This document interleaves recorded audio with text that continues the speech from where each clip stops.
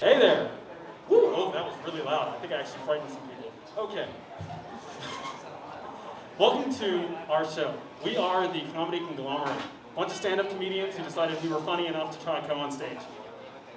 So if you've not heard about our club, we have a bunch of socials, so go follow us there. I always say ABP, which stands for Always Be Plugging, and I'm going to plug. So our Instagram is comcon.vt, our Facebook is The Comedy Conglomerate, and our YouTube channel is the same name. Yeah, we're really creative with it. Okay, I am the president of this club. This is my first time presidenting at a show before. So can I get a round of applause, because low-key, I need that shit right now. Yeah, throw some prayers my way or else I'll faint on stage. Okay. Alright, so the first performer we're going to have is, unsurprisingly, it's me. I'm hosting the show. It's me. I'm also the god king of this club, so I get to decide. Throwing my mask on the ground was a poor decision. Okay. First of all, I just want to thank everyone for coming out. I really appreciate the crowd we've amassed here to see my club. So thank you for coming. Yeah. All right. That was kind of a weak applause. Can I get another one? Yeah, I'm like one of those youth church pastors. Good morning, everyone. Okay, now say it back. No. So my bit's actually about an old roommate I had. A lot of the people who've heard me perform before are going to be like, oh, not this bit again. But I promise you, it's about a different one. So I made the foolish decision to try to be an RA in the year of 2019. They rejected me, and rightfully so. I was angry at the time. I was like, how could they think I wasn't fit to be an RA? But if you know the way I live now, you would say, that makes a lot of sense, and you should not be allowed around people in a leadership position. And here I am as the president. Yeah, so I got rejected, and eventually they called me, like, okay, so they put me on a list called the, they have reserve RAs, essentially. They're like, yeah, you passed the interview, but, I don't know, man. So, and it's like the shittiest thing, honestly. It's literally terrible. Because you don't have any of the rights of being an RA. You're a reserve RA, you don't have any of the rights, you don't get free housing, and also, you just have to stay on campus. So it was me in year 2, watching all my friends frolic around in their apartments, taking shots and shit and being crazy, and I'm over here on campus, a regular fucking student, like, what's up, my fellow freshmen? It was fucking terrible. Yeah, no. Yeah, being on campus after freshman year, it ain't it, chief, it ain't it. Anyways, in the second semester of sophomore year, they eventually called me in, and I got so excited because I was like, oh, dude, I'm gonna get my own room, I'm gonna get a stipend, they're gonna pay me like $200 every month or some shit. That's not a lot, but hey, I'm gonna get my, it sounded amazing. I got really excited, and they were like, okay, so you have a couple options here. You can be in Hillcrest, like the honors dorms or shit, and I was like, okay, but I'm gonna be the stupidest person in my dorm, so no.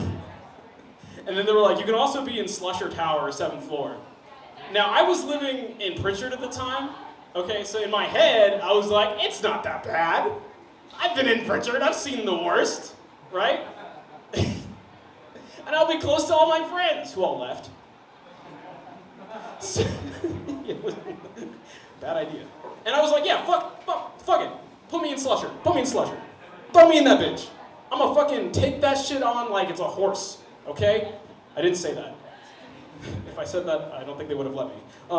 But anyways, I walk into Slusher Tower, and I'm like, I'm gonna go see my room for the first time. I've got they give you the moving bins, those big-ass moving bins to help you get your shit around? They give you a big-ass moving bin. They don't give you the person that comes with it, though, so you're just kind of your own, walking around campus mid-fucking year with your fucking moving bin, and everyone's like, man, where is that guy going? Is he a vagabond?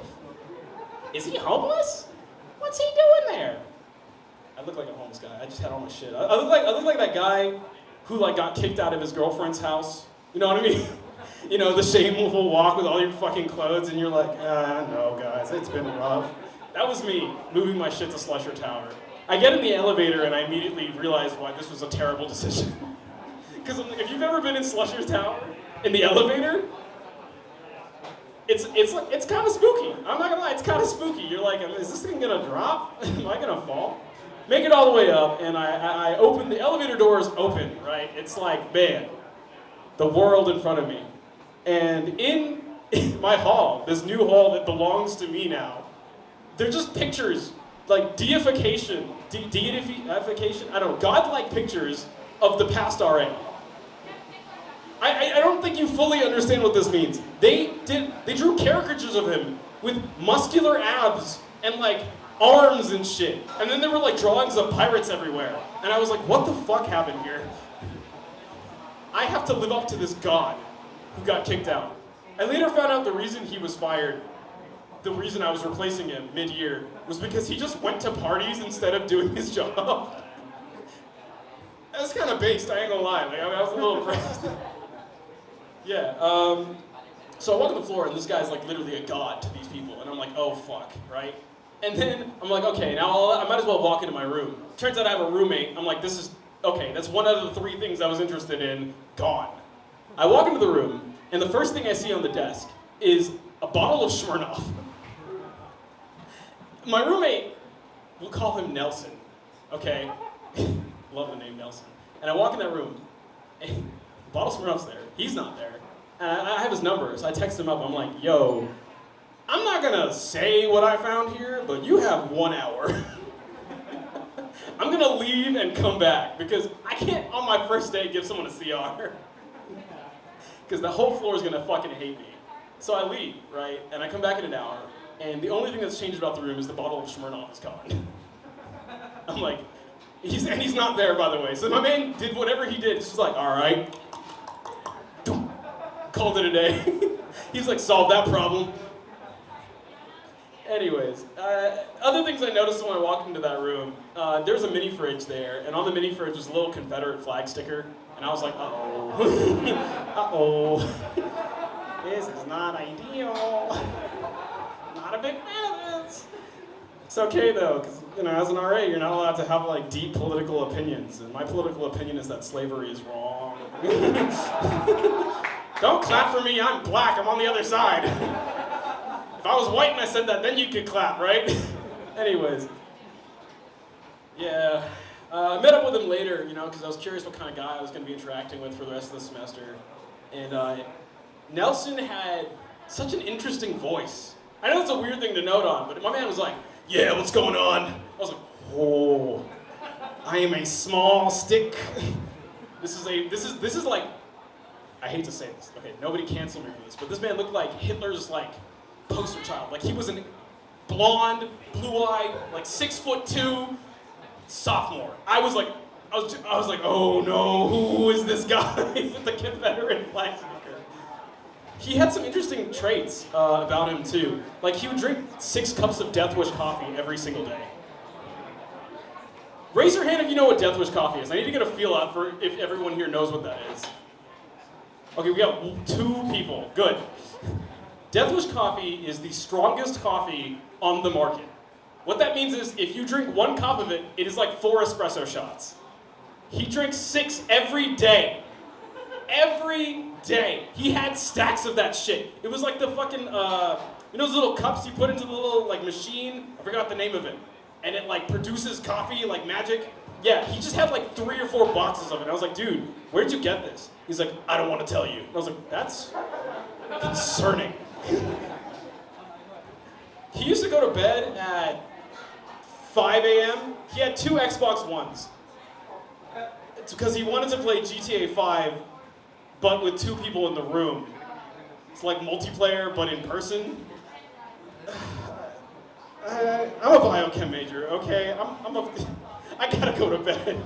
This dude was like, God damn it, Chelsea, you can't fucking shoot that!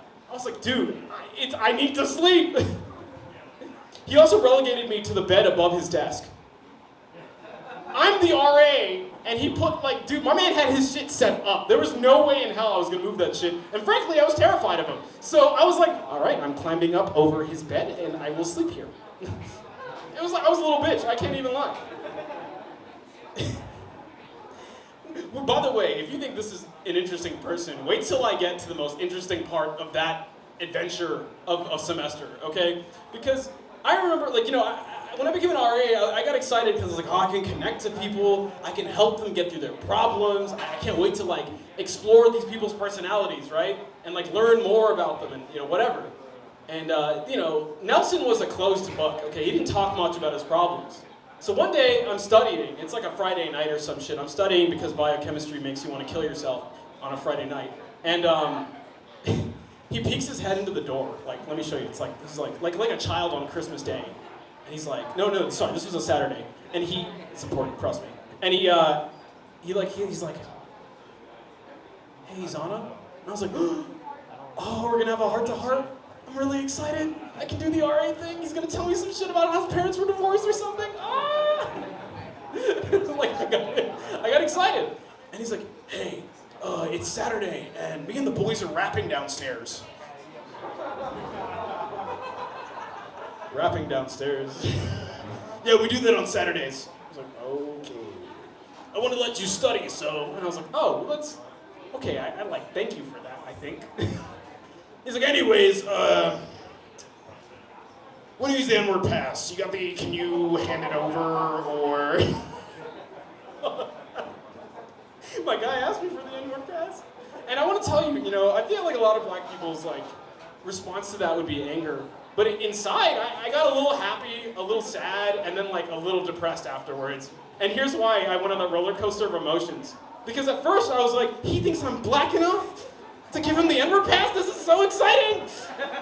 Okay, as an Ethiopian who comes from a different country in Africa, like when you come here and you're like of a darker complexion from Africa and you see like African Americans strolling around, you think they're the coolest fucking people on the planet. You're like, man, I can't wait to be black in America.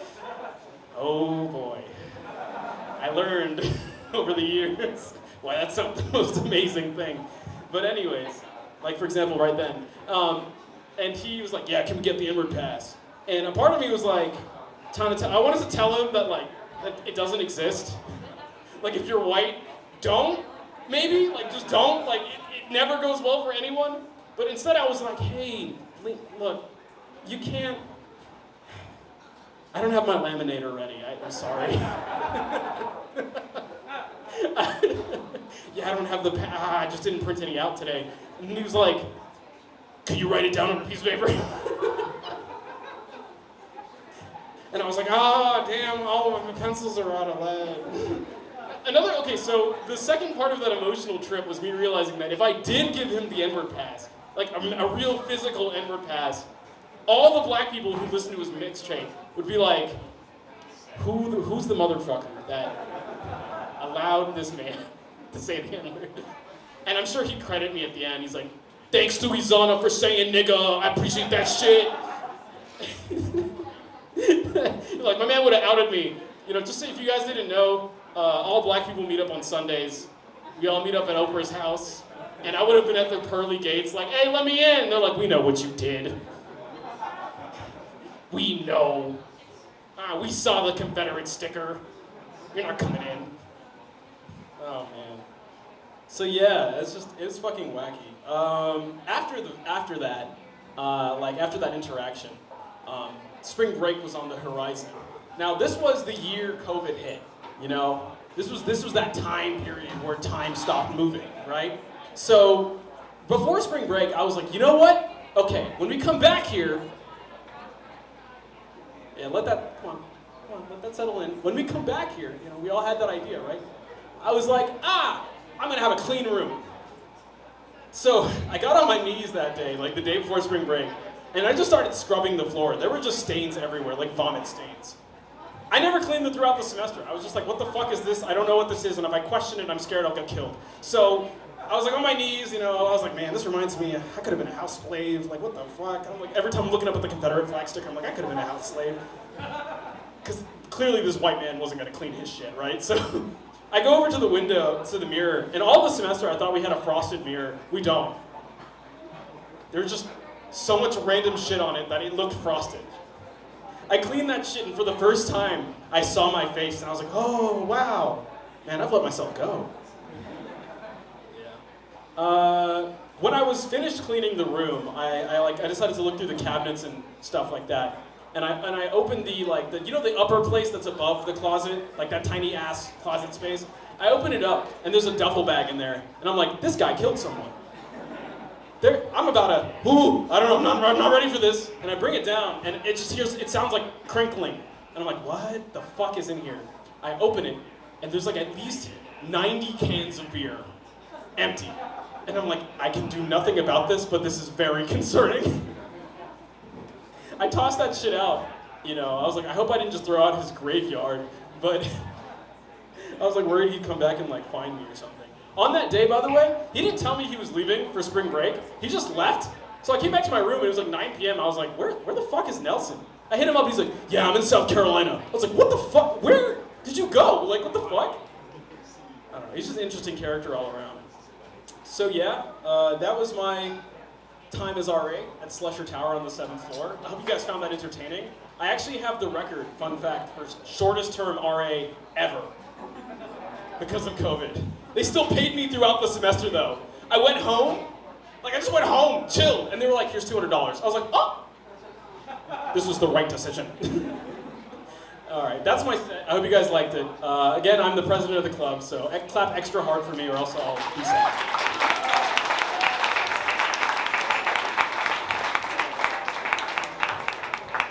All right, so next up, hold on, because I'm so good at memorizing things, is Sammy. Everybody give a round of applause for our main man, Sammy. Good evening, everybody. Thank you for coming. This is a lot of people. Holy shit. This is one of our best nights, I think, for the comedy club. Hell yeah. So I'm kind of glad that you guys have been coming to these things more often. We're getting a little bit more intimate with each other. You guys know me. I know some of you. Some of you guys who know me know that I'm not from the United States. I've immigrated here around 5 years ago. And the privilege that I had coming here was I already knew English. So it was kind of like having super immigrant status. So basically you could talk to American women, but you can still say no English when they ask for your driver's license.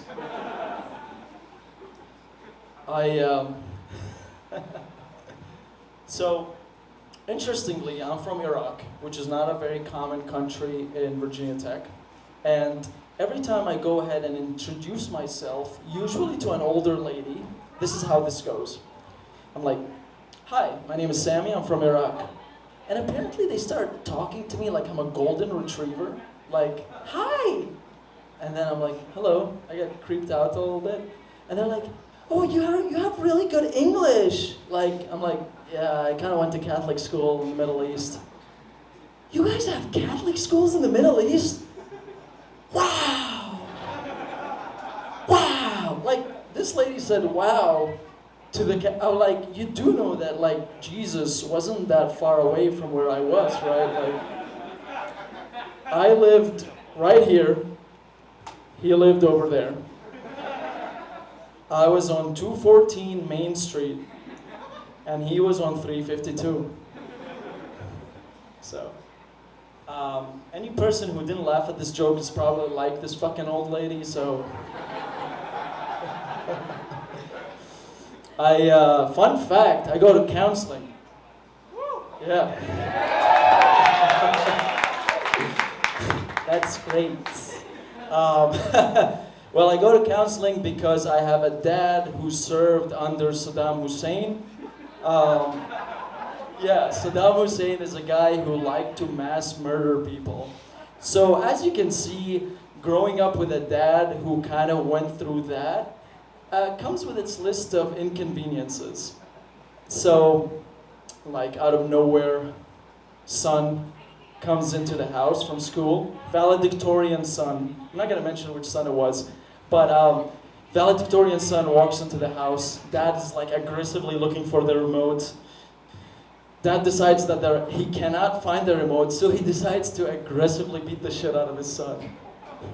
I think it's funny. Just out of curiosity, show of hands, how many of you guys know who Saddam Hussein is? Show of hands, please. Okay, so that's about like 30% of the crowd. That's good. So, One time I was in Newman Library and I was with my friend, my American friend, and I have to preface with that. He is an American. I asked him, I'm like, hey man, do you know who Saddam Hussein is? Right? Which is a valid question. He paused and he said, isn't that a basketball player? I was like, yeah, Saddam grew up in the Bronx, man. He played basketball in the ghetto. It was a real rags to riches story. Holy shit. I really had to collect myself when I listened to that stupid fucking response, man. I'm serious. So, again, Saddam is known for mass murdering, is known for burying people alive. Personally, I don't think he's like the nicest guy, right? So, and Saddam's goal in life was to cement his name in history so that everybody knows his name, so that 100 years later, people would listen to this name and feel fear. Meanwhile, this idiot of a friend of mine thinks he's a basketball player, so Saddam Hussein is like, what do I have to do to be famous? I really feel for this guy, honestly. It's a real sad story. But I have a love story I want to share with everybody. Do you guys want to hear that? Yeah. Okay. I'll take a seat for this one. It's a little tough. This is a little bit of a sad story, so I have to preface with that. So the girl's name was Lindsay. This was 3 years ago. I was madly in love with Lindsay. She was very pretty, but more importantly, she was the image of kindness. She was one of the nicest human beings I've met, and she liked me for who I was, which is very rare. And actually, 2 months ago, she got married. Not to me, of course. And interestingly, Lindsay makes a very interesting face. She likes to get both of her thumbs together into her mouth and then use her index fingers to pull her eyes this way. I just gotta say that it's not the most attractive look on your crush. So I went up to Lindsay and I said, listen, Lindsay, I gotta tell you something. So back in 2011, I was in Iraq. I was visiting family. It was an afternoon, 12 p.m. I had just woken up. I was sleeping on a floor mattress. I had just woken up because the electricity went off. It was almost 100 degrees in July. And I was staring at the ceiling. I was in my own thoughts at a cement brick house that was my uncle's house. And out of nowhere, so before I say that, we lived quite a far away from the downtown of Baghdad, which is the capital of Iraq. And out of nowhere, this sound comes out.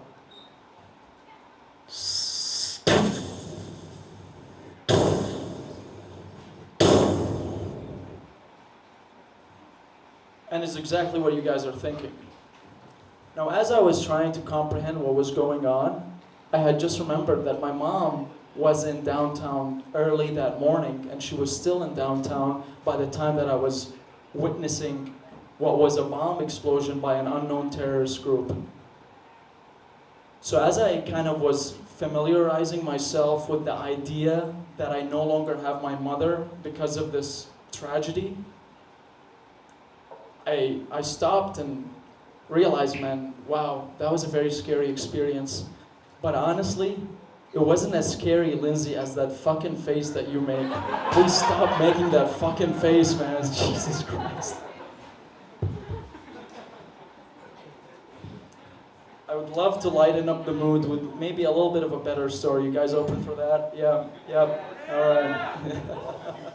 All right, so this story takes place in the United Arab Emirates, which is where I grew up.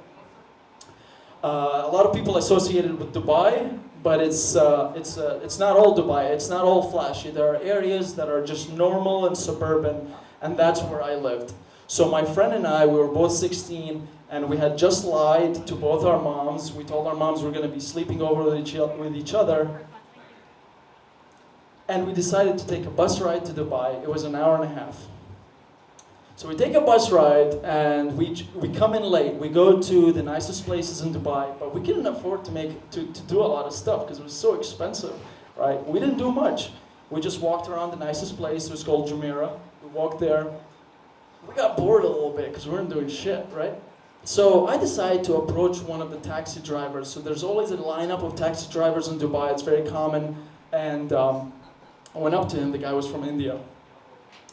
And I was like, hey man, so my friend and I are looking to have a very fun night. Can you tell us what we can do? And he's like, say less, like hop in.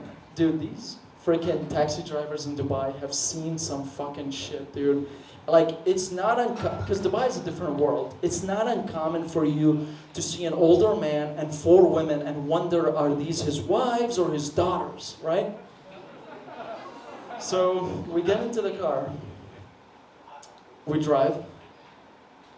We don't know where we're going. We're just following this guy to what we believe is his definition of a fun night. So we stop at a outdoor cafe. A cafe in Dubai is not just a coffee shop, it's a hookah lounge. So we stop and he's like, enjoy your time. And I went out and I see the cafe's name is Ayush Cafe, which one of our stand-up comedians' name is Ayush, and I'm sure that it was named after Ayush for all the glory. But I'm kidding. But anyway, so we come outside. This is what we see: a stream of the most beautiful women, every single color, every single nationality. It was a $60 minimum to get into one of those tables. $60. Collectively, me and my friend had like easily $85. We didn't have a lot. We were 16 years old. So we decided to sit in one of these tables, and just random woman would decide to sit next to you.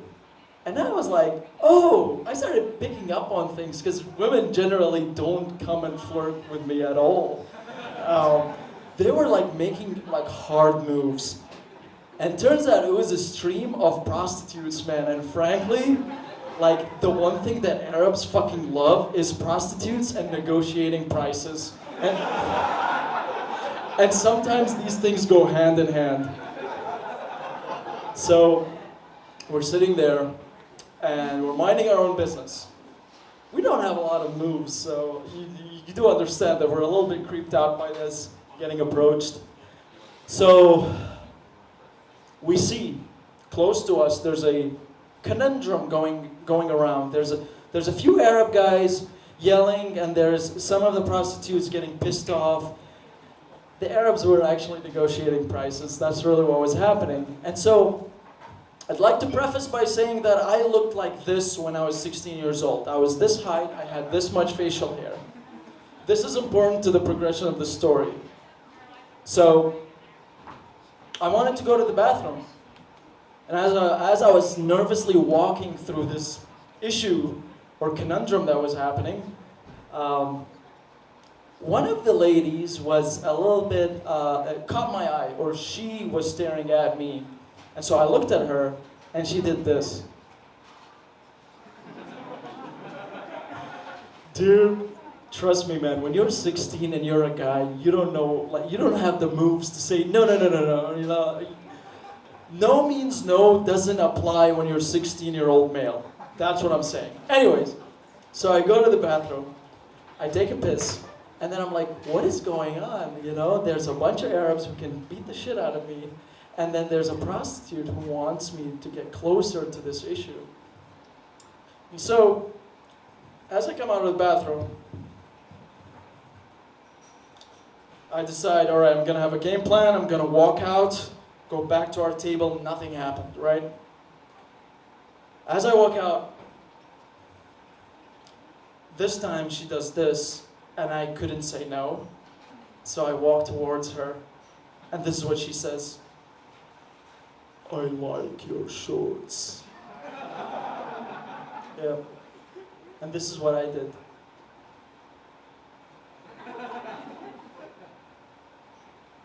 I was scared for what was gonna happen, And for the purposes of potentially my mom listening to the story, I'm not going to continue. I don't want my mom to think that I'm a deeply closeted Arab guy. But I was at the gym a few days ago, and I have an Iranian friend, and he wanted to introduce me to his other Iranian friend, because they're usually in a group. They usually flock together. So I'm like, hi, my name is Sami. He's like, hello, my name is Milad. How are you? Where are you from? I was like, from Iraq. Where are you from?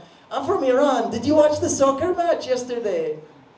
And it turns out it's Iraq and Iran. They played for the National World Cup. He's like, Iran won. I was like, listen, man, don't you think that like these two countries should never be in like competition with each other? Like we've already been to war in the 90s. We've had like 8 years of like World War II style fighting. Like, should we really be playing soccer and having this level of competition? You know what, you guys are right. This is not a funny joke. It would only be funny if you had a relative who was a prisoner of war. Thank you so much, everybody. My name is Sami Tamimi, and please tune in for all the other comics. I appreciate it. That's crazy. All right, so our next up, we got Harris Edenbaum. He's been with the club for forever now, and yeah, here's his set. I've been in this club forever, and still my name is pronounced wrong every single time. It's Edenbaum Izana. So, I had a real humbling experience coming in here tonight. I was carded at the door for being 18. Like, holy shit, it's been a while. Like, I don't think I've been carded for being 18 since I was like 15. So, I get this a lot. You don't look like a Jew. The fuck am I supposed to look like, a bagel? You ever, like, have someone come up to you and they're like asking you for a drum cig, and you start to get really offended that they think you're the kind of guy who chain smokes? And then you reach into your pocket and find a pack of Marlboro Reds? For real though, I don't actually smoke, unless there's crack in the cigarette. So a while back, I was hanging out with this girl. And we were doing things, and she chose that as the opportunity to inform me that I reminded her of her father. And like, I'm already not really a huge fan of the whole daddy thing, but that's like a little over the edge. So I pulled out real quick, and she was like, wait, no, that's not what I meant. I meant that you both have like broad shoulders. Now I get it, we're both fat. Well, I met her father, and she's right, I do look exactly like Seth Rogen. Before you start looking it up, he doesn't actually have kids.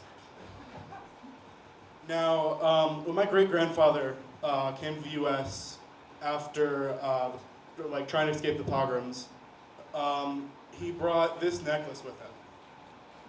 It's a mezuzah, which is a Jewish symbol. And I don't know how old it is. I don't know how many people had it before him. He might have bought it new right before he left. I don't frickin' know.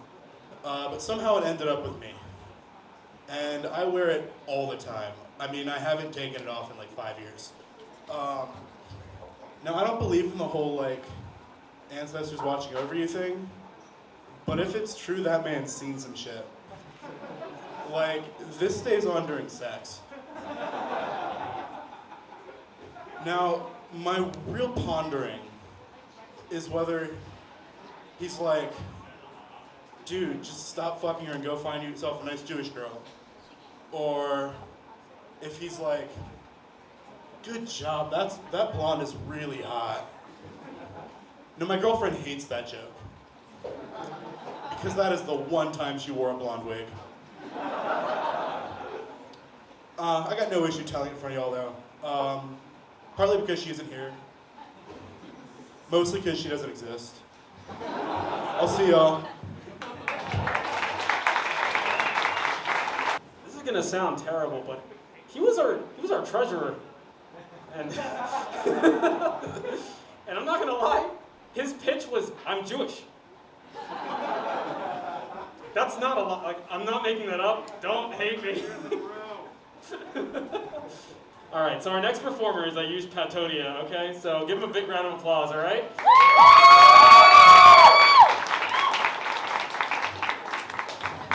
What's up, gang? How you enjoying the show? Good! This is the first show of the semester for the Comedy Conglomerate. Give it up for all the performers so far.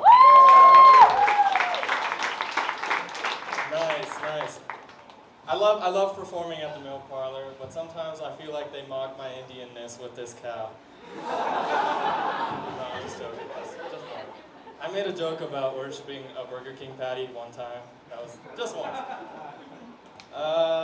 So I recently picked up a job at Starbucks, right? I know, like whenever I work, I'm like the only person of color there. It's kind of crazy. One of two, maybe. And I've noticed a lot of things.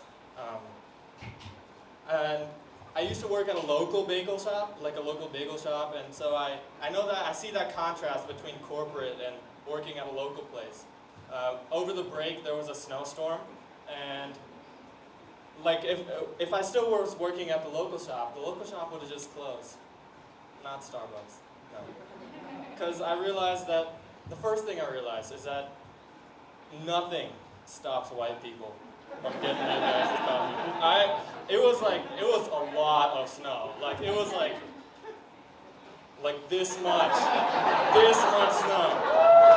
Like, come on, that's so much. At least that's what my girlfriend says. Right. Like a lot, guys, trust me. And they were like, "Can I get a white mocha?" And another thing I've noticed is that rednecks fucking love white mochas, dog. And it makes me wonder if there's a correlation between white mochas and white supremacy. You know? Like, 2 pumps of white mocha is like, you know, I could get called a slur. 5 pumps is like, they trip me and then call me a slur. 10 pumps is, they shoot the temple. I don't know. I've never seen 10 pumps of white mocha. There is a shooter at the temple. Right. White supremacy, hilarious to me. Like, what makes you think that you're better than me, the person of color? If you really are better than me and everything, let's fucking race. Come on, line up, 100 meters, come on. Like, yeah, if I lift my shirt up and like raise my arms, sure, I look like one of those kids from the commercials that are like, feed this third world child for 19 cents a day. But god damn it, I run like a fucking gazelle, okay? Don't try me. If there are any white supremacists in this crowd, I'll torture your ass. Come on. Come on. Meet me outside. Yeah, so where are my winter people at? Winter people, make some noise if you like winter. Fuck you guys. I hate winter. I hate winter so much. I hate it so much. The main reason I hate winter is because I have to wear socks all the fucking goddamn time. They're like 3 shades lighter than I am. Like, my body is like, hello, welcome to 7-Eleven. But my feet are the shade of like, hello, 911. There's a black child selling free air without a permit. Alright, now I gotta put my fucking shoe back on.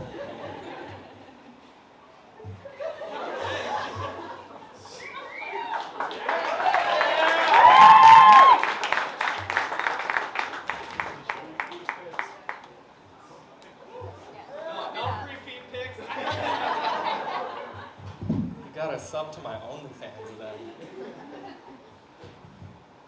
Yeah, so my socks make me completely white. But one thing I like about winter is I don't have to shave as much, you know? I get to be lazy.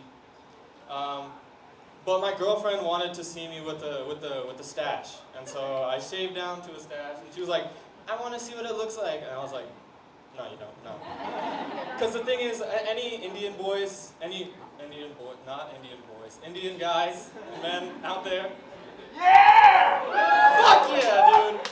One thing every Indian guy goes through before they shave for the first time is they have this horrendous fucking stash that makes them look like the sex offender and the sex offendee all at the same time. Like you have like the baby fat, but you like have the ugly, like hideous mustache. My little brother's going through that phase right now. And when I was in that phase, like he's 6 years younger than me, and so he was like a child. He would like torch the fuck out of me, because you know how kids are. They'll be like, "My auntie cheated on my dad." What? Like, they just say the most honest shit. So now I get to torch his ass back. But like, so I shaved down. And like, one time I was at a Walmart. I was about 14, 15 years old. Prime pedo offender-offendee stash, let's call it that. Prime time for that stash, right? And so I was at the Walmart, and these two MAGA men come up. These two MAGA men, right? And they're like, "Go back to your country, you pencil-stashed monkey." And I was like, "No! I was born in Pennsylvania!" And then they high-fived and were like, "Let's go get white mochas." Thank you guys. My name is Ayush Patodia. Thank you guys so much. Thank you so much. Wow. I got to see his feet today. Nice.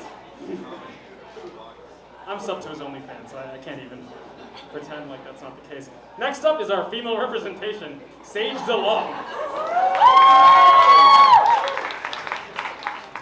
Hi. Yeah, they put me right in the middle of the show, so y'all were like, "Oh, okay, like it's all good." Yeah, I'm the only woman or girl, whatever, in comedy club right now. Yeah, I know. I think we've had more people show up, so hopefully more girls will join. Yeah, I'm the only woman, despite the cock on my shirt. Other than that. And being like the only girl in comedy club really isn't that different from all the other guys, other than like, we'll be telling jokes, and then a guy will be like, "Yeah," and then I like talk to this girl, and she like, and then they're like, "Sage, is that okay to say? Can we say that about girls?" And I'm like, why do you think I care? Like, I go up on stage and I'm like, "I hate men," and they're like, "Yes, go girl," and I'm like, okay. But yeah, being like a girl, definitely different. Normally we have more men here than girls, so I'm kind of like glad, you women showed up. Yay! Cheer for the women. You didn't cheer. Okay. But yeah, so being like I'm a freshman. I live in Pritchard, which, yeah, that wasn't a joke. I live there. And it's like, other than, being a cesspool of like STDs, cigarettes, vomit, it's great. We also have, great bonding experiences. So I actually live in a triple. I live with two other girls I met randomly, like we just did random. And it's kind of awkward, but we just we sit there, and we've had some interesting issues happen. Like, our ceiling, we live right below the boys' bathroom. So I'm on the 3rd floor, we live right before the 4th floor boys' bathroom. And I guess they had a leak. There was some clogging of the pipes. I'm not going to get into that. I don't know what happened there, but we had this big leak on our ceiling. So we did what we would you're supposed to do. We went online and we were like, "Hey, maintenance people, can you come and fix our leak?" And they got back to us right away, about 3 weeks later, and they said, "Okay, we're gonna come in at a random time. We'll just knock on your door. If you don't answer, we're not gonna fix the leak." And I was like, "All right, that sounds about right. That sounds fair." And so one day I was taking a shower. I came back. I was in my towel. I was about to get changed, and I heard a bang on my door, I I was like, oh my, that's an aggressive knock. That was probably not one of my female neighbors. So I was like, okay. And I went up to the peephole and I saw 3 like middle-aged men standing outside my door, which is never like a good thing. So I was like, okay.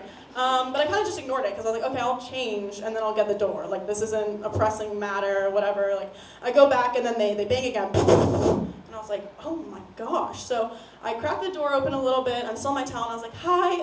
And they're like, yeah, we're here to fix your leak. And I was like, oh, that's like great, but like, could you give me like 2 seconds? Just let me like go and get changed and then they're like, oh, don't worry, we don't mind. They pushed past me. I was like, you don't mind? And they're like, no, don't worry. And I was like, okay, so I'm standing there in my towel. I was like, I don't, okay. And then they're looking at my skin and they're like, yep, definitely a leak. And I was like, I could have told you that one. Didn't have to come in here for that. And they're like, all right, we'll come back at another time. And I was like, could you give me like a schedule so I could plan? And they're like, no, we'll just come back. And I was like, all right. So they all left. And I'm not gonna lie, I didn't think anything of that story. I was like, all right, like, it's just men being men. But I told that to the comedy club. They're like, that was weird. And I was like, okay.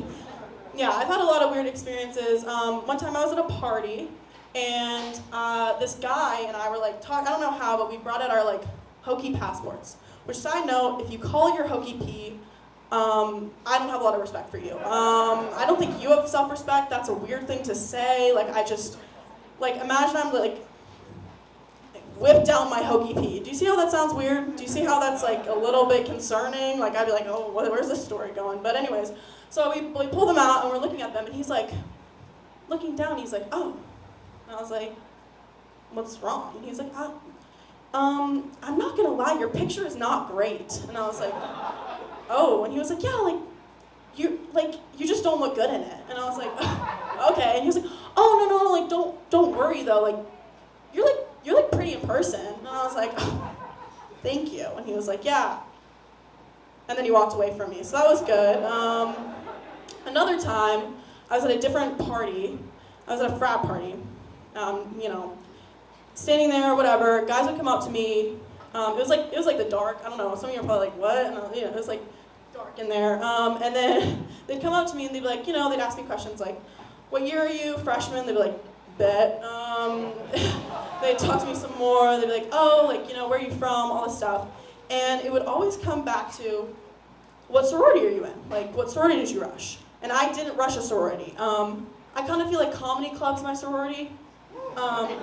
Yeah, except for we don't shit talk each other, so we don't have the sisterhood aspect for sure, but yeah, no, I told my sorority friends that one. They're like, do not say that, you're not getting in one. I was like, yeah, it's fine, they'll get over it.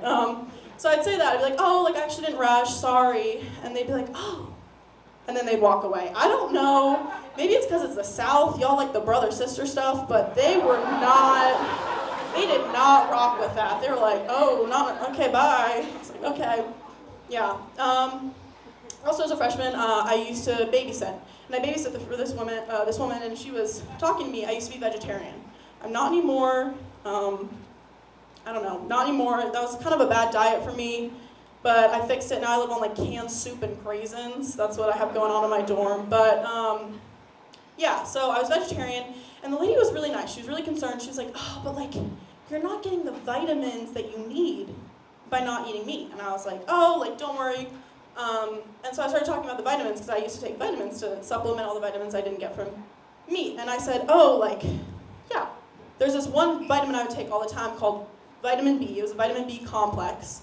And I was like, I was like, yeah. And I said to her, yeah, every morning I take Plan B. Which, for those of you who don't know what Plan B is, because I'm assuming if you're coming to an amateur comedy night, you're not really raking it in. But anyways,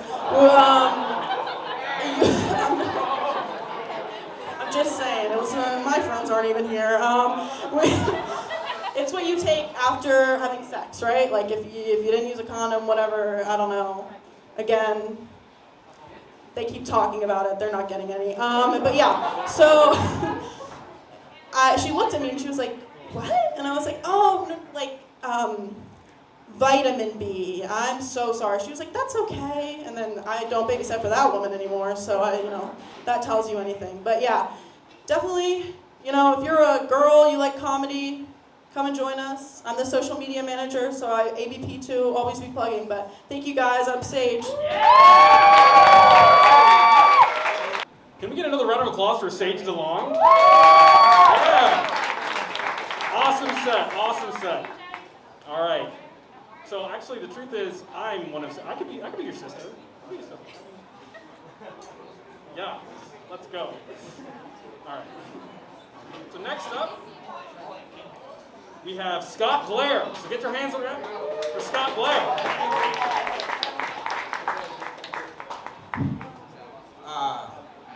What's up, everybody? I'm Scott. So I'm pretty new to stand-up, but I think I'm starting to get recognized. I mean, like, literally the other day, I was walking downtown, and this guy from the window above yelled down at me, and he was like, "Hey, you!" And I was thinking, like, me? So I looked up, and he said, "You're a bitch." And so it's not how I dreamt it would be, but I'll take it. So my dad has a problem. Is that problem drugs? No. Is that problem gambling? No.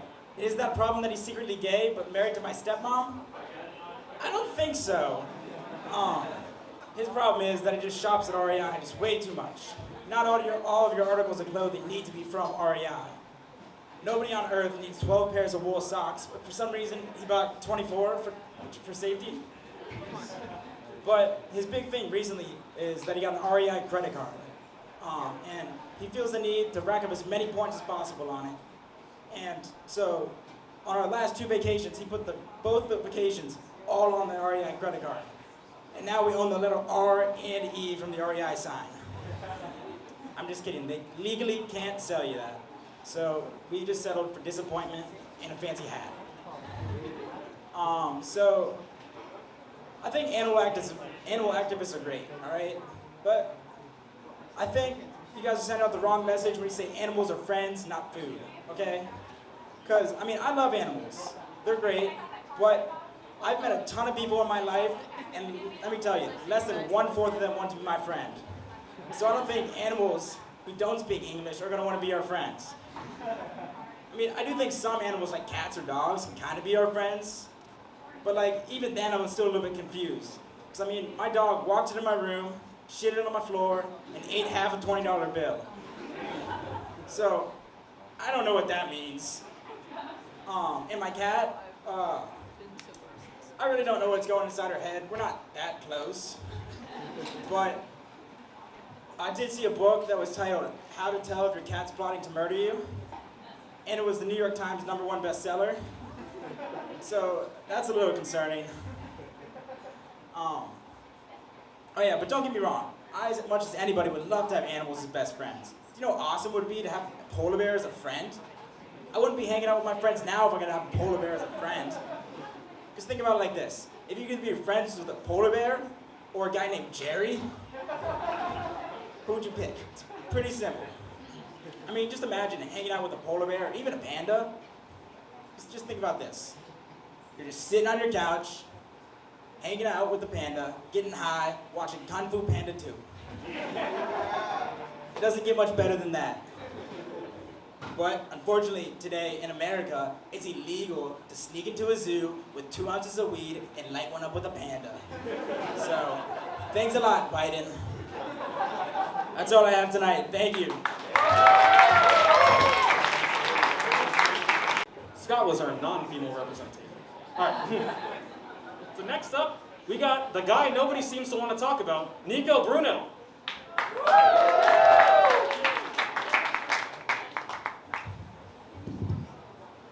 Thank you for the lovely introduction. Apparently it's an Encanto reference. I still haven't seen it. No idea what's going on there. So, growing up Italian Roman Catholic has a lot of perks, as some may not say. You know, I get some special Catholic superpowers. You basically get a Rolodex of all these patron saints who can do specific deeds. Like just the other day, I called up my boy Saint Anthony, you know? I was freaking out. I was frantic. I was like, where the fuck is it? Where the fuck is it? You know, I'm fucking running around the house, freaking out. I'm like, Father, Son, Holy Spirit, patron saint Anthony, I come to you in my time of need. Please, for the love of God, help me find my jewel.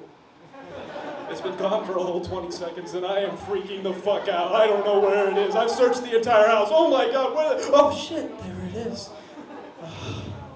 You know, I take a huge hit. I say, Amen. Father, Son, Holy Spirit, thank you so much. You know, but another Catholic superpower is Catholic guilt. And you carry that to the day you die. You know, Catholic kid Nico was an uber Catholic, right? And he's still up here. He's keeping score. Every sin, every little thing, he knows my ticket to hell is confirmed. But anyways, I still feel bad about this skateboard incident when I was 10. So, let me set the grounds. My aunt gave me a skateboard when I was 7 or 8. We only had one skateboard in the house. Not a big deal, but my brother wanted to ride it. And I was like, yeah, and any other time it would be fine. But I want to ride it right now. And, you know, my brother Anthony and I aren't diplomats, okay? We settle things with our fists. So we start duking it out. He's 8, I'm 10, and we start grabbing on the skateboard, going back at it, back and forth with all our weight. And I'm like, let the skateboard go. And he's like, no. And I'm like, let the fucking skateboard go, right fucking now. And he's like, no. And I'm like, let it go. And he's like, okay. And then he lets it go, and it hits me in the head. And I fall to the ground, and I just start seeing blood pile up on the garage floor. And I'm like, I'm gonna fucking kill you. And then he's like, ah! And he fucking runs away. And I'm like disoriented. My head was like spinning. I felt like lightheaded. So I start walking up into my house to go upstairs to the bathroom, see like the damage. Because I could see there was blood like dripping on the floor as I was walking up the stairs. I was a little concerned. So I'm like 10, you know, I'm still a kid. And I didn't know what to do. So I walked into my mom's bathroom and I like look up, because I'm looking at the floor, and I look up in the mirror, and it's like one of those big mirrors you can see like your entire body. I just see my entire face is covered in blood. And I scream at the top of my lungs. Of course, I look to my left, and I didn't realize that my mom was in the shower and my sister was in the bathtub, respectively. My sister is 4. My mom pokes her head out of the shower, starts screaming, and she's like, oh my God, Frank! She runs over the window fucking naked. My sister's naked as well. I'm fucking closing my eyes because I got blood pouring into my eyes. I can't see anything anyways. And she's like, Frank, you know, Nico's dying! And I'm like, what? Like, I'm just fucking standing there with my face all red. I can't see anything. I just see my dad, like, picking up a piece of shit from my dog. And he just looks at my face. His face shocked as hell. Bolts! My brother's on the ground, like, screaming and crying because he thinks he killed me or some shit. My dad takes me to Med Express, a little glue, no problem. I come back, my brother is on the ground of the stairs, washing every single stair up and one, and I see the blood trail all the way down. And I go up to him, and I'm like, Anthony, and he's like, I'm so sorry I killed you. I'm like, bro, you're okay. You're okay. He's like, no. But I still feel that guilt. Anthony still brings it up. He still feels bad, but it was all my fault. I mean, I told him to let go. My ex had this fish, the late, great bong water. As you guessed it, bong water was a huge stoner. He loved weed. Every time after my girlfriend and I would use the bong, we would take the bong water and dump it into the tank. Because bong water would love that shit. He would eat it up. He would eat an entire fish food container. It was crazy. He would have, guys, this is fucked up. You guys seriously think that we would give a fish bong water? I'm going PETA on all you fucks. Every single one of you, I'm coming. But no, we would not do that to the fish. But one time my girlfriend and I were smoking with our friend. Well, not really my friend anymore. We'll call her an associate. But anyways, we were getting high, and she was like, let's clean the fish tank. I'm like, yeah, what could go wrong? Sounds like a brilliant idea. Take the fish, empty it out, put it in a cup, and clean it, all that shit, put it back in. And she's like, all right, take it upstairs. simple task. But for two stoners, not a simple task. My associate and I, you know, we're a little giddy, we're a little stoned. We run up the stairs and we're like holding it back and forth and we're jumping. We have no concern for bong water. He's got it, he fucking makes it. He takes the bong water like a champ. He's gonna take this shit like a champ, you know? And we take him upstairs and then my girlfriend and I go to bed, wake up the next morning. Bong water's not moving.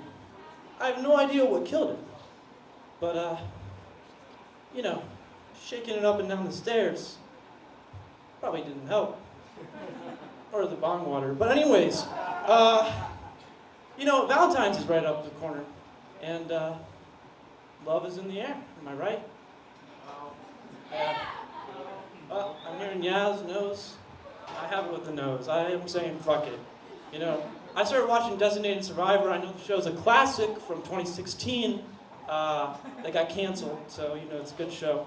But anyways, there's all this, like, little romance, cutesy shit, and it makes me want to take my coffee table and fucking smash my TV to bits. I'm fucking so angry, because I used to be a hopeless romantic, and pretty soon I'm gonna be a hopeless suicide victim. No, I'm just kidding. That was a joke, guys. This is a joke. But anyways, the thing that I want to say is, if you find love, you know, hold on to it, because it's really hard to find and impossible to replace. And, you know, sometimes I talk to the big G man about this whole love thing. Kind of goes a little something like this, you know?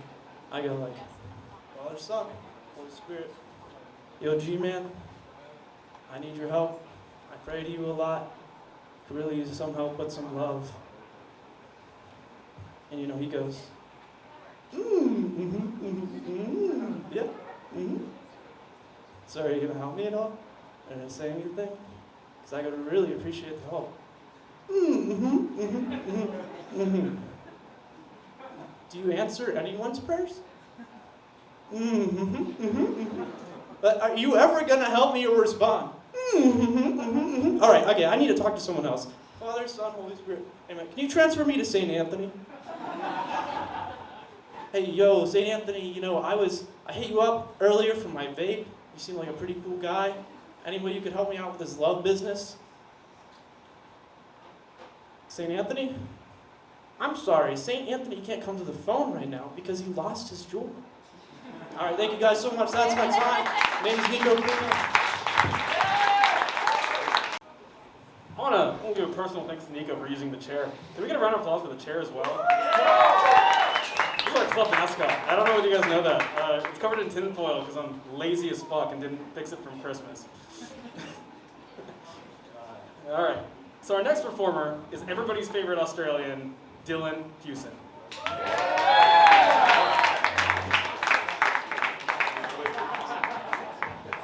Damn. Guess he's mad at me. So, when I was younger, I used to go to private school. That's the joke, I went to private school. That's right, my parents paid extra money so that I could wear a uniform every day and end up at Virginia Tech anyway. I love it here. So, people always talk about the weird fucking people that you meet in private school, in public school, right? But nobody talks about the weird people you meet in private school, because there are some weird fuckers there. For instance, in my private school, we had this one guy, I'm gonna call him Jared, because I really hate the name Jared.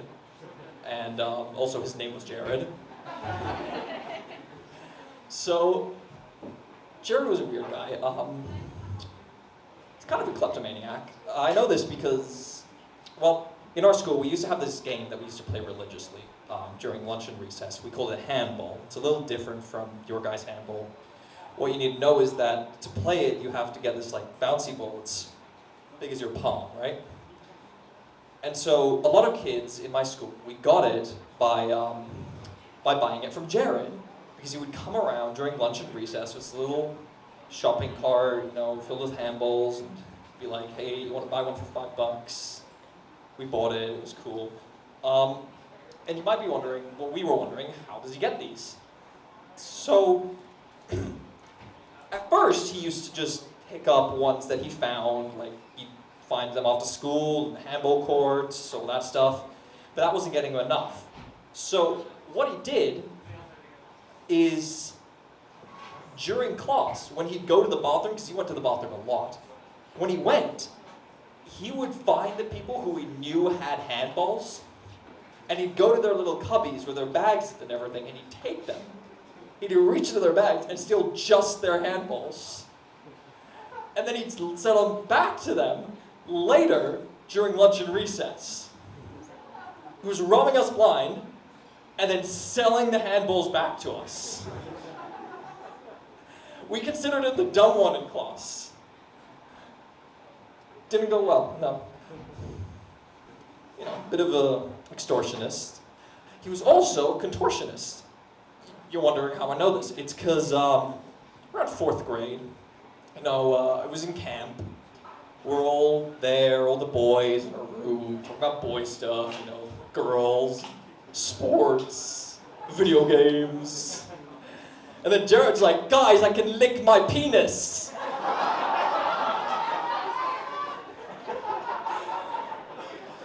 And all the guys in the audience are like, no, I bet he can't do that. I've tried it, it doesn't work. Knows what I'm talking about. But, so Jared could, and I know this because he proceeded to whip off his pants, bend over, and just right there in front of us. And he did, he licked it. It was kind of impressive, actually. Terrifying, but impressive. Yeah. So, contortionist, extortionist, contortionist. Here's another thing about Jared. One time during, school, we had like locker rooms where we change into our gym uniform and change out of our gym uniform. And one time we're all changing in our locker rooms, and Jared runs up to us and is like, guys, I found something. And you'd think we learned our lesson by now, but we didn't. So we decided to follow him. And he led us over to these like big metal sinks that we had in there. They were like really old, giant box sinks. And he led us over there, and he pointed to us. He like showed us. He's like, hey, look at that. So we're all like leaning in, we're pointing, looking. He's pointing to the drain. And we're like, why is he pointing to the drain? So Jared proceeds to pull down his pants and piss into the sink. Right in front of us. And goes, guys, look, it's a toilet too. I wasn't as mesmerized by this discovery as he was. Maybe I'm just weird, I don't know. How dare I? He used to tell us he wanted to be a stripper. Probably should have led with that. I like to imagine him nowadays, going into interview in strip clubs. I'm a famous stripper. I like to imagine his interview. He'd like walk in, guy would be sitting there. So you're Jared, right? Yes, sir, I'm Jared. That's my voice for him nowadays. And he'd be like, so Jared, what are your qualifications? Well, sir, I like to take my clothes off in front of people. It's very good, we like that here. What else can you bring to the table? Well, I like to take money from people. Very good, yes. I'm good at pointing attention to things. Very good, yeah, very good. What else? I can lick my own penis. Sold! Get up on stage now! Thank you guys so much. You've been a great audience.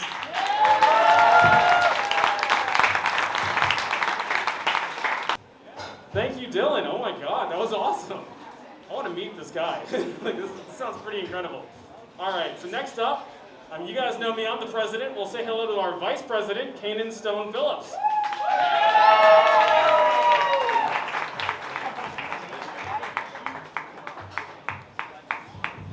All right, we're gonna get hype in here. Woo! Let me hear you scream. There we go. All right, we'll get it up here. So I have discovered something very weird lately. It's that apparently people like to go around touching other people's hair. Let me rephrase that. White people like to go around touching other people's hair. It's crazy. I missed this at the last Whitey's R Us meeting. I didn't know. I had to ask my friends if this was true, like we were some kind of collective James Bond, non-ambitious supervillain group like, soon your wavy locks will be in our grasp. Like, what the fuck? Yeah, it's crazy. Why would you want to touch somebody, like some random person's hair?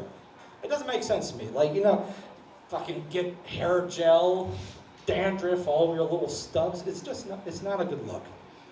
It's not. Yeah. But it is good back to being the Berg, the Black Berg. From one final semester, I will be graduating in May. Oh, thank you. Thank you. Thank you. I'm a music major, so that's not really. Yeah. All right. And yeah, it's good to be back. You know, it's nice going home for breaks, though. You know, except for the fact that my mother refuses to buy good toilet paper. Like, at all. Like, every time I go home now, it's just this thin, see-through, loose-leaf-like substance. Like, it's so fragile, yet it somehow feels like you're dragging sandpaper across your ass. So now what I have to do is just this crappy combo with baby wipes, pun intended. So now it's just this back and forth between sandpaper and what I can only describe as like wet baby powder. It's just this back and forth, sandpaper, wet baby powder. Like, it's bad. It's just bad. Like, you don't understand. Like, for me, having bad toilet paper is like farting at a funeral. Like, it just should not happen. But it does happen. And then after it's done, you just feel shame and embarrassment. You waddle your way out, you fart again, you gotta waddle back and start the whole thing over again. Yeah. But, you know, coming back here was good. The drive was good. Really beautiful drive, you know. Going through mountains and lakes. Passed by motels that got 2.5-star reviews on Yelp. So it's always good. You know.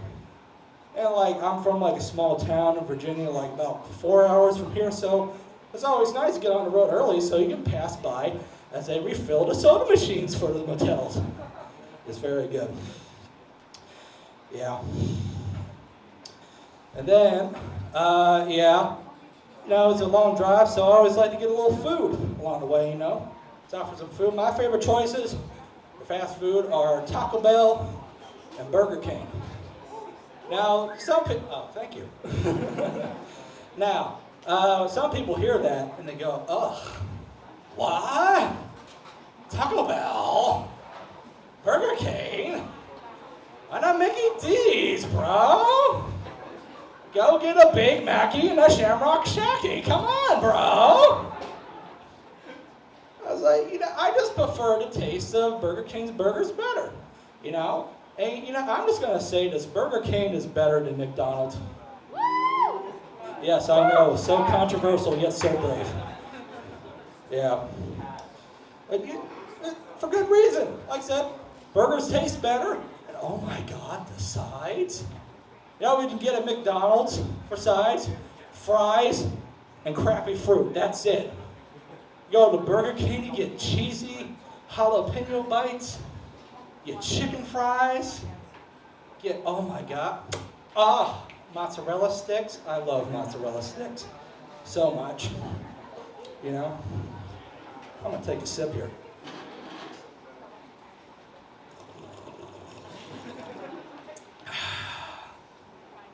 Yeah, I love getting mozzarella sticks, man. So I was making my trip back, right? I left around noon. I figure, okay, we got a 4-hour drive. I know I'm going to get hungry. So I'll stop in the hometown Burger King on my way out. So I get to the drive-thru, I pull up. I had to stop. Then I order my food. I get 2 cheeseburgers off the value meal, a side of fries, and a side of mozzarella sticks. Don't get no drink because I have like water and other shit packed in the car, right? I go ahead, I get my food, we're on the road. About like 5 minutes pass. So I started to fill with my food. Pull up my burgers. Eat the burgers. Oh, flame broiled goodness.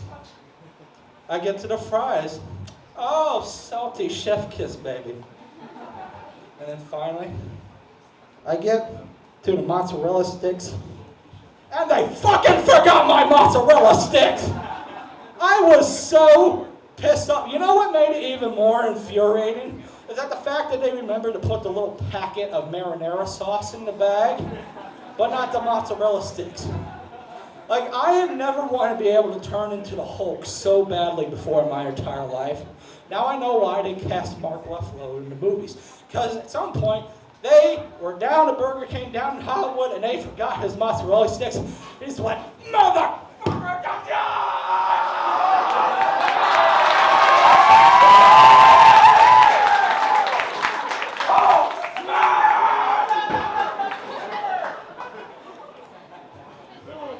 We need that in our movie. You're in. Oh yeah, no, we're not done yet. You have the right to remain uncomfortable, bitch. Yeah, I got one more story for y'all, then I'm out of here. So yeah, I was making my way. Actually, no, not making my way. It was the night before I made my way back, excuse me. So you know, I'm just chilling, relaxing, got my car packed. I'm just laying in my bed. You know, chilling, watching YouTube videos, having a nice night. And then, through my headphones, I'm starting to hear like some kind of yelling in the other room. They're going, it's on the bed! It's on the bed! I was like, okay, apparently we're finding what this is. And so yeah, what's important to know is that we have 2 little Chihuahua puppies. And my baby brother, he has autism, but he doesn't, know that. So he's just like happy skipping all the time, playing like nothing is going wrong. So apparently what had happened as I walk into this catastrophe is that one of the Chihuahuas decided to go in my brother's room and take a shit. And then my little brother just comes in skipping along and decides to step all up into the shit and then proceeds to skip back into my mother's room and just step all over the carpet and her bed sheets. So now, I found this hilarious, by the way. But then, like now, he's just never a smile on his face, and while we're trying to get the shit off of his feet, he doesn't like anybody touching his feet. So my mom has to lay on top of him while I'm sitting here going, God damn it, this is why we need good toilet paper. God fucking damn it. All right, that's been my time. Thank you very much, everybody.